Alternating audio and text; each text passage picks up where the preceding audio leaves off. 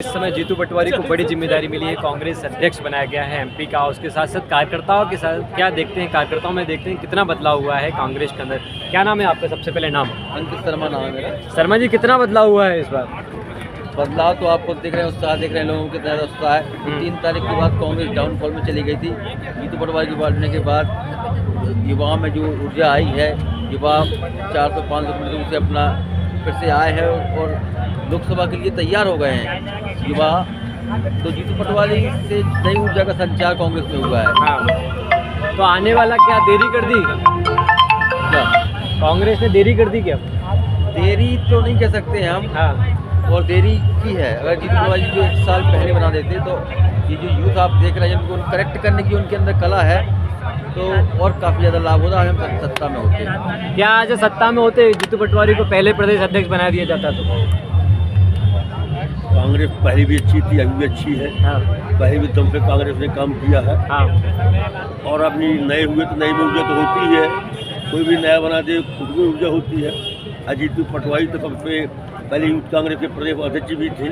सब लोग मिले जुले हुए थे, सब लोग ऐसा नहीं है। तो बढ़िया है, बढ़िया रहेगा, कोई दिक्कत नहीं है। लोकसभा में आगे भी बढ़िया रहेगा। तो लोकसभा चुनाव इस बार कांग्रेस जीतती नजर आएगी, आपको लग रहा है? लोकसभा चुनाव के लिए संघर्ष तो जारी है, क्योंकि अब प्रदेश अध्यक्ष में जीतू पटवारी जी ने कमान संभाली है। तो इससे यह तो पता चलता है कि युवाओं में और कार्यकर्ताओं में एक नई ऊर्जा का संचार हुआ है। और लोकसभा के लिए भी हम लोग दमखम से जिस प्रकार से विधानसभा में तैयार थे, परिणाम चाहे कुछ भी रहे हो, लोकसभा के लिए हम फिर से उसी रूप से तैयार हैं और पूरी मेहनत से। क्या लगता है ईवीएम का भी दोष था कुछ? ईवीएम ने तो गड़बड़ ही गड़बड़ किया है। हाँ। ईवीएम अभी भी रहेंगी, हाँ। लोकसभा में भी गड़बड़ करेंगी। हाँ। तो मैं तो कहना चाहता हूँ कि जितनी भी बच्चे पार्टियां हैं, हाँ, सब लोगों को ईवीएम हटाने की बात करना चाहिए। यदि ईवीएम का चुनाव होता है तो सबको बहिष्कार कर देना चाहिए चुनाव को। मैं यही कहना चाहता हूँ। बीजेपी कहती कि कांग्रेस चुनाव जीत जाती तो ईवीएम पे कुछ नहीं बोलती, और हारती है तो ईवीएम पे बोल देती है कि ऐसा ईवीएम नहीं है, ऐसा हाँ। नहीं है। इस बार जो भी हमारी सीटें थी, हाँ। आपने एक चीज गौर किया, जहाँ भी इनने कुल मिला के हर विधानसभा में 17 से 20,000 वोट मैनेज किए हुए हैं। हाँ। जहाँ भी हम जीते 1,000, 1,500, 2,000 वोट से जीत रहे हैं। हाँ। और जहाँ हम हार रहे हैं वहाँ बहुत बड़े अंतर से हार रहे हैं। तो ईवीएम पे हमारा तक जायज़ है, और हमारे माननीय पूर्व मुख्यमंत्री दिग्विजय सिंह जी लगातार सवाल उठा रहे हैं कि जो भी चिप वाली डिवाइस है उसे दिग्विजय सिंह पे बड़े गंभीर आरोप लगे, कैसे देखते हैं आप? वो आरोप वाले आरोप लगाते रहते हैं। हाँ। जबकि हमारे चाहे कमलनाथ जी हो, चाहे दिग्विजय सिंह जी हो, बहुत अच्छा काम किया है। और गुटबाजी के आरोप लगे हैं उनके नहीं, ऊपर? कोई गुटबाजी के आरोप नहीं है ना, कोई सीधे गुटबाजी की है। पूरा का पूरा खेल ईवीएम का खेल था। जो 20 से 25 हजार वोटर को हर विधानसभा में चिप के माध्यम से कम किए गए। हाँ। और उनको भाजपा को बढ़त दिलाई गई। इसी तरह से भाई कांग्रेस की जो सरकार नहीं आ पाई, उनका ईवीएम कार्ड नहीं आ पाई।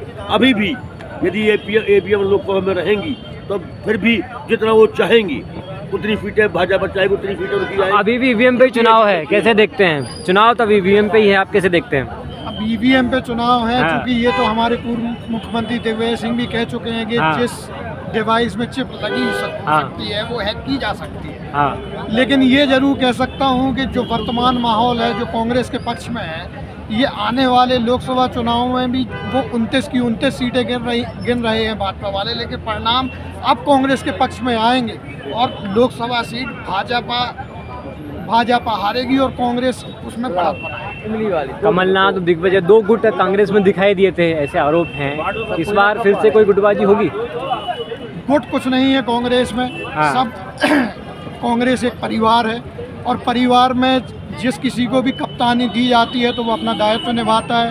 पीछे कमलनाथ जी थे, अभी जीतू पटवारी जी हैं, तो जो अध्यक्षता करेगा और जो कप्तानी संभालेगा, हर कार्यकर्ता उनके सानिध्य के काम करेगा।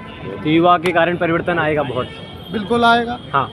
युवाओं में हमेशा एक ऊर्जा रही है। हाँ। उस ऊर्जा को जो सकारात्मक सोच मिलती है और दिशा मिलती है तो अवश्य काम करेंगे। इस बार टिकट बांटने को भी लेकर बहुत आरोप लगे दिग्विजय सिंह, कमलनाथ के ऊपर। ऐसा कुछ है कि इस बार भी? नहीं, ऐसा कहीं कोई आरोप नहीं लगा है। हाँ।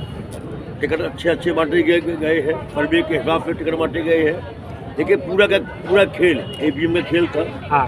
जहाँ जहाँ चुनाव हारी है विधानसभा, वहाँ पर देखिए किस तरह इनको पहले तो कह रही हम हार रहे हैं, 30 तारीख को क्या हो गया, अभी कुंभ जादू छड़ी हो गई कि 30 तारीख के बाद उनके पूरे मतलब एक टिप्पो पूरे भाजपा के नेता पर चिल्लाने लगे कि मतलब हमारी सरकार बढ़ रही है, कुछ जब 60 सुपर सीटें आ रही है, वही बात में देखने को मिला कि 60 सीटें आई है। क्या ये जादू की छड़ी है इनके पास? क्या प्रवक्ता वक्ता जानते हैं ऐसा क्या है इनके पास, जो जानते हैं?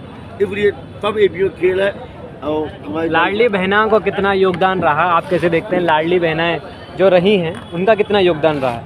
लाडली बहनाओं का कोई योगदान नहीं रहा। हाँ ये सब चुनाव जो है मैनेज करके लड़ा गया। हाँ इस वजह से भारतीय जनता पार्टी पुनः सरकार बनाने में कामयाब हुई है।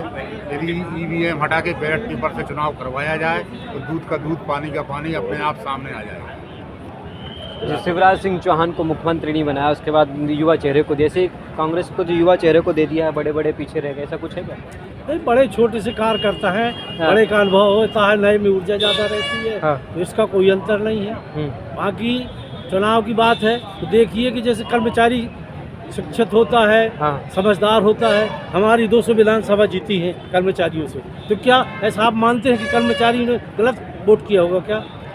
जितने भी हमारे विधानसभा में वो हुए हैं, ये ईवीएम सेल ने हैक किया है। बाकी अगर बैलेट पेपर से चुनाव होते तो हमारे प्रत्याशी ज़्यादा से ज़्यादा जीतते। लोकसभा चुनाव भी है, ईवीएम से ही होगा, इसके बाद फिर कैसे देखोगे आप? अब ईवीएम से होगा तो वो जितनी सीटें चाहेंगे उतनी फिक्स कर लेंगे। अच्छा, तो कांग्रेस का कुछ कार्यकर्ता जमीनी स्तर पर काम नहीं करेगा फिर? क्यों नहीं करेगा? हाँ। क्यों नहीं? कांग्रेस का हर कार्यकर्ता जमीनी काम करता आया है, करता रहेगा। हाँ। कहने का अर्थात सिर्फ हाँ। ये है कि अगर ईवीएम से इलेक्शन होते हैं हाँ। तो जिस तरीके से इन लोगों ने विधानसभा चुनाव प्रभावित किए हैं, हाँ। वैसे ही प्रभावित कोशिश करेंगे कि ये लोकसभा भी करें। लेकिन अब जो कांग्रेस की जवान और जो विचारधारा जन जन तक पहुंच चुकी है, जो ये अपने आप को 29 की 29 सीट का दावेदार मानते हैं, उसका खामियाजा भाजपा पार्टी को भुगतना पड़ेगा। परिवर्तन की लहर आ गई कांग्रेस में? बिल्कुल स्वरूप 100% है। परिवर्तन होगा 29 सीटों पे अब? परिवर्तन तो पहले भी था, हाँ। सरकार कांग्रेस की बन रही थी। यदि ईवीएम नहीं होता तो कांग्रेस की सरकार ही बनती। हाँ। अभी भी ईवीएम में जो चाहेंगे वो करेंगे, हाँ। क्योंकि जब अमित शाह जी पहले बोल देते कि 4 सीटें हमारी आएंगी, हाँ। तो ईवीएम नहीं तो 4 सीटें उनकी आएंगी, जरूर आएंगी, क्योंकि ईवीएम का खेल है सब।